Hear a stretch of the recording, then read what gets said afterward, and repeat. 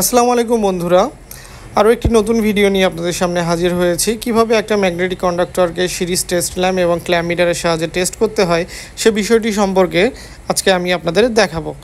প্রথমে আমরা series test ল্যাম্পের মাধ্যমে কিভাবে ম্যাগনেটিক কন্ডাক্টরকে চেক করতে হবে সেটি দেখাবো। দেখেন, সিরিজ টেস্ট ল্যাম্পের দুইটি তারের দুইটি মাথা আমরা একটি L1 এবং T1 রাখছি। সিরিজ টেস্ট ল্যাম্পটি জ্বলে উঠেছে, তার মানে এই ফেজটি ঠিক আছে। এবার আমরা L2 এবং T2 রাখবো। L2 এবং T2 রাখছি।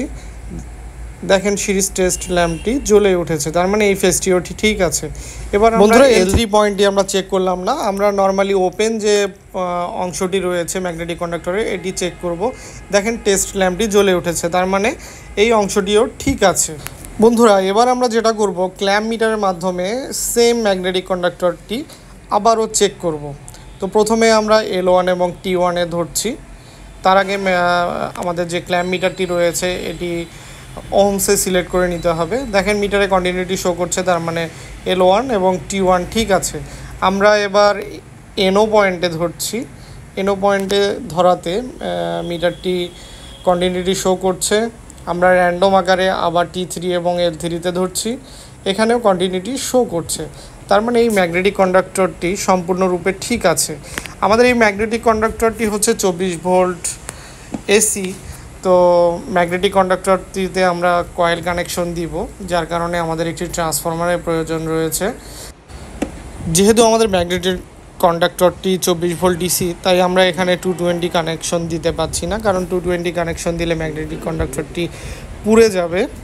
তো এজন্য আমরা এই ট্রান্সফরমারের সহায়তা নিচ্ছি। ট্রান্সফরমারটি থেকে ম্যাগনেটিক কন্ডাক্টরে কানেকশন দিতে একটু সময় লাগছে। তো কানেকশন দেয়া হলে আমরা অ্যাকচুয়ালি ম্যাগনেটিক কন্ডাক্টরটিকে অ্যাক্টিভ করতে পারবো।